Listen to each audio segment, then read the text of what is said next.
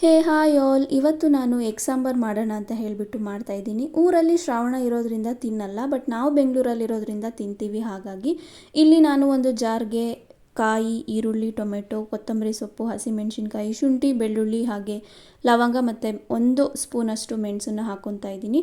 ಜೊತೆಗೆ 1 ಚಿಟಿಕೆಯಷ್ಟು ಟರ್ಮರಿಕ್ ಪೌಡರ್ನ ಹಾಕ್ಕೊಂಡೆ ಮತ್ತು 1 ಸ್ಪೂನ್ ಧನಿಯಾ ಪೌಡರ್ ಹಾಕ್ಕೊಂಡು ರುಬ್ಬಕ್ಕೆ ಎಷ್ಟು ಬೇಕೋ ಅಷ್ಟು ನೀರು ಹಾಕ್ಕೊಂಡು ತರ್ತರಿಯಾಗಿ ರುಬ್ಕೊಂಡಿದ್ದೀನಿ. ಈ ಕಡೆ ಒಂದು ಬಾಣಲಿನ ಇಟ್ಕೊಂಡು ಸ್ವಲ್ಪ ಎಣ್ಣೆನ ಹಾಕ್ಕೊಂಡು ಒಂದು ಹಾಫ್ ಆನಿಯನ್ ತೊಗೊಂಡು ಅದನ್ನು ಲೈಟಾಗಿ ಫ್ರೈ ಮಾಡಿಕೊಂಡೆ.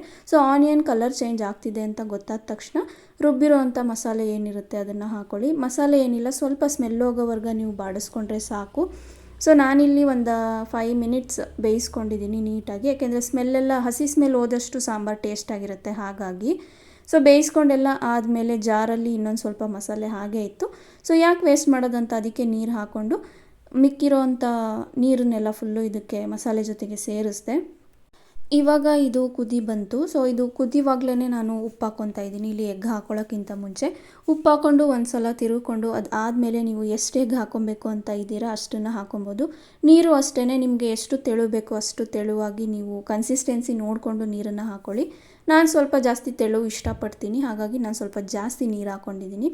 ಎಗ್ ಹಾಕಿದ್ಮೇಲೆ ನೀವು ಸಾಂಬಾರನ್ನ ಯಾವುದೇ ಕಾರಣಕ್ಕೂ ತಿರುವಕ್ಕೆ ಹೋಗಬೇಡಿ, ಯಾಕೆಂದರೆ ಎಗ್ಗೆಲ್ಲ ಒಡೆದೋಗ್ಬಿಡುತ್ತೆ.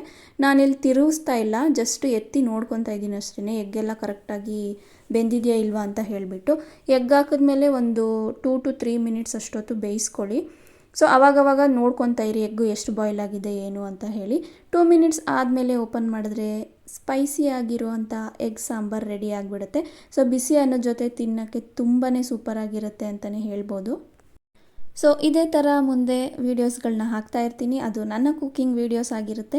ಇನ್ನೂ ಯಾರೆಲ್ಲ ನನ್ನ ಚಾನಲ್ ನೋಡಿಲ್ಲ ಅಂತ ಹೇಳಿದ್ರೆ ಈಗಲೇ ಹೋಗಿ ನೋಡಿ, ಲೈಕ್ ಮಾಡಿ, ಶೇರ್ ಮಾಡಿ, ಹಾಗೆ ಸಬ್ಸ್ಕ್ರೈಬ್ ಕೂಡ ಮಾಡ್ಕೊಳ್ಳಿ.